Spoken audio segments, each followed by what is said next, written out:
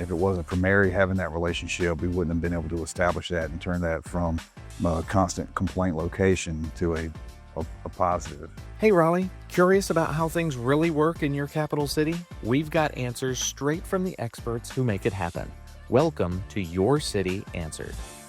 I'm Rand Northam. On January 1st this year, Raleigh City Council updated the city's noise ordinance. With those changes, the city has hired new staff and updated its approach to tackling the issue of noise in downtown. So how is the city of Raleigh enforcing the noise ordinance for amplified sound at businesses? Let's head over to the Raleigh Police Department downtown headquarters to talk with Raleigh Police Sergeant Joseph Wilkins, Special Events Hospitality and Nightlife Planner Rachel Bainey, Noise Ordinance Compliance Officer Mary Hunt, and Raleigh Police Public Affairs Lieutenant David Davis to get the answer. Noise downtown is pretty much anything, and when we're talking about the amplified entertainment establishments, it's mostly their amplified sound, their music that they're pushing. And when it comes to enforcing the noise ordinance, we like to not use enforce. That's a tool that we use. Enforcement is a tool. And what we've done is establish very, very good relationships with our businesses, and that has turned into voluntary compliance.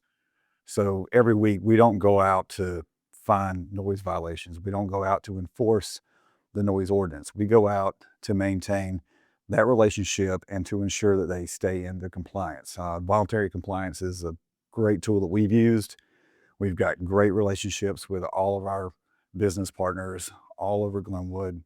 When we go out, we get thumbs up, thumbs down. They ask us, it's not, oh, what did we do wrong? It's, oh, hey, great. Today we have this band playing, or we're going to be doing this thing. And it has become a very positive thing for Glenwood. It's been a very positive thing for the community members that live around the area in the Glenwood area. And between the partnerships of the community members, the businesses, and the city of Raleigh, we've established something that most people didn't think was possible, and it was a really good balance. That's our primary goal. Rachel, this is not a new thing. I mean, you all worked with council this past year. Noise ordinance is not a new endeavor, but what you did to adjust it, make it work for as many people as possible is what we're talking about nowadays. Talk a little bit about some of the work. You don't have to go too far in depth, but as far as looking at what is the issue that we're trying to solve and who you might have worked with along the way. Yeah, for sure. So, yeah, the noise ordinance and amplifying sound is not a new issue, but we have spent several years fine-tuning what works best for our areas most populated with bars, restaurants, and clubs. We connected with really good folks at the Responsible Hospitality Institute to learn about sound management and mitigation, and learn that sound is meant to be enhancing a downtown and not a noise to be diminished. So we actually worked with a sound consultant out of Austin, Texas, who had done a lot of work on finding the balance between bars and neighbors, because quite frankly, there were some issues on both sides of the aisle of how our noise ordinances were working for bars. And we were able to come together and meet with both residents and bar owners to find what works for a successful business and quality of life. And one of the things that came out of that discussion with council is some more recommendations on how to go about this. That comes to you, Mary. New positions, civilian level. And speaking about what Sergeant Wilkins was saying, this isn't about going out and saying, you've done wrong, let's enforce it, let's fine people, but to build those relationships even more and on the civilian side. So how long have you been here now, and what has it been like getting up to speed here in the city of Raleigh? So the noise ordinance compliance officers, we all began in the month of March. So roughly 4 months, going on 5 months. And thankfully, Sergeant Wilkins and his team in the city of Raleigh, they laid the foundation. So as we approach the managers, the bar owners, they already know we're coming. They know who we are, thankfully.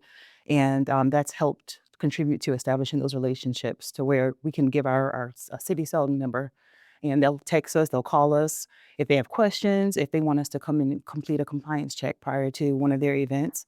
So that's been very helpful in not only establishing relationships with us personally, but also just helping them to build trust in the work that we do, that we're coming in unbiased, we're coming in consistently, no matter what type of establishment it is, we're going to provide the same type of service. We're one of the largest cities in the country now. I believe we've gone less than 40th largest city in the country now. We're growing at a very rapid pace. How has downtown changed? Let's say in the last 10 years even. I think that's a big part to this discussion, that downtown is changing rapidly and constantly. Yeah, downtown has grown a lot in the last 10 years. The way the sound is played, at one time we didn't really have outdoor establishments. They had to have an outdoor amplified entertainment permit. All that's changed over the last decade. We see a lot of places that have an outdoor venue space. We see a lot of people that want to go sit out outdoor venue spaces. Glenwood itself has changed. That area has grown. We've seen other establishments throughout the entire downtown. And the entire city. We have places like North Hills is growing. So what we've seen is people want that vibrant nightlife. They want places to go out, enjoy, be safe. People that live here, it's all about work, play, live, that whole community. So that's one of our goals, again, is building that bridge between the community and the businesses to allow everybody to enjoy the entire atmosphere of what it can bring. And that's kind of our job, is to make sure that it doesn't go overboard, that everybody maintains that little bit of understanding that the businesses are here to provide something for the community is here to go to the businesses and enjoy it. And sometimes some people have unreasonable expectations. The businesses may want to play louder and louder, and we have to tone that down. And sometimes the community members want it to be peace and quiet, but we also have to learn that we're in a growing city and we have a vibrant nightlife. So downtown has grown, but it's our job to maintain that balance, and that's our primary goal, and that's what we've been doing. What is ambient sound, and how does that kind of play into this whole conversation and just getting more of a baseline in more of the city? And So the ambient sound would be what you hear throughout the day, the cars. It could be police sirens, ambulance sirens. It could be the birds chirping, dogs, people talking. So during the daytime, various days of the week and various times of the day, we'll go out and we'll just take ambient readings at some of the business, well, actually most of the businesses, just to get an idea what levels they are during the day. So that way, when they're open and in business and the music is playing at night, we have something to compare. We have levels to compare. We just try to collect the data just to see what the difference is in a residential neighborhood behind a business on a Monday. And then also when that business opens on a Friday night from that same place, what's the reading? So that's helped to contribute to, helped us to learn how sound travels and making sure that we take accurate readings depending on where the caller, the complainant is calling from. the ordinance is not about every part of the city. There are specific areas that we're looking at and making sure that we improve upon and focus on noise and the noise ordinance for amplified sound. So what does this noise ordinance, what does it cover, and what areas of the city are we trying to take care of as far as it pertains to this ordinance? Yeah, for sure. So this was an amendment to amplified sound at commercial establishment. We are not dealing with other types of noise at this time. And the way to read amplified sound at commercial establishment is through decibel limits, both the bass, which is what you hear rumbling through a window, and the treble, which is the words of a song. So we have a citywide standard that all businesses need to adhere to. But we recognize that downtown works differently than other parts of the city. So therefore, we created our first district with enhanced decibel limits, which is typically known as the Glenwood South area. You can go to our website to see the official boundaries, but that area has higher limits. And the ordinance is set up if in the future there's another pocket of successful businesses, we could create higher standards above the citywide limit. What's the goal now going forward? I mean, it sounds like this has been a really good start to the first half of the year. What's next for what you've been working on? Mary, you just got here. You've got some colleagues as well.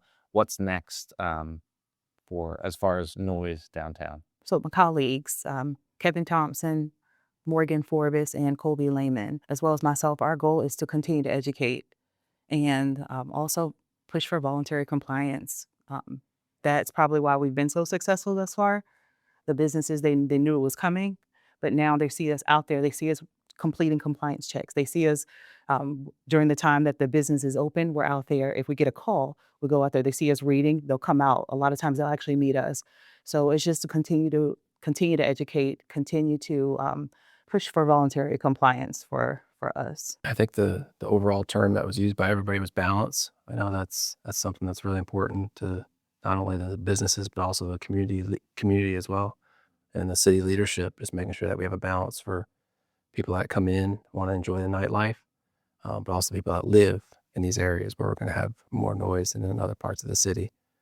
Just knowing that we're here to support you, just like the city's here to support our businesses. Yeah, let me speak on one of our little success stories that we had recently, and it was during when our sound consultant come down. Is we had a small location that was pretty much surrounded by residential. It's more of a civic location, and there was lots of noise complaints. So instead of just saying, "Hey, turn the sound down," it wasn't feasible. They have events. That's what they do. It was more, how can we make this managed properly? And sometimes the solution is not just to turn the volume down. It's beyond that. So we went, again, about the relationships. Mary had the phone number, contacted the person. Hey, let's set up a time. We come out the next day. We brought sound equipment. We set up speakers. We had 2 people running sound meters. And we looked at it. It wasn't just about the volume. It was about speaker placement, location, possibly adding new sound dampening, and then also showing them what tools they could use. They bought their own sound meter, and then educating them on how to use the sound meter so they could self-evaluate and self-monitor. And what that led to was no more noise complaints. So it's, we're here to help. We're here to do the enforcement if it's necessary. But that voluntary compliance extended above and beyond that to self-monitoring. And now this establishment is able to have their events, but they can just do it more intelligently. They now have the knowledge now because we helped them learn that. And if it wasn't for Mary having that relationship, we wouldn't have been able to establish that and turn that from a constant complaint location to a positive. So please reach out to us so we can help you be successful. Between the 4 of us, we work as early as 7 a.m. and as late as 3 a.m., 7 days a week. So there is more or less 24-hour coverage. Got a question you'd like us to dig into? We'd love to hear it. Visit RaleighNC.gov and search podcast to submit your questions. Plus, catch every episode. Thanks for listening to Your City Answered, where your questions lead the conversation. Brought to you by the City of Raleigh.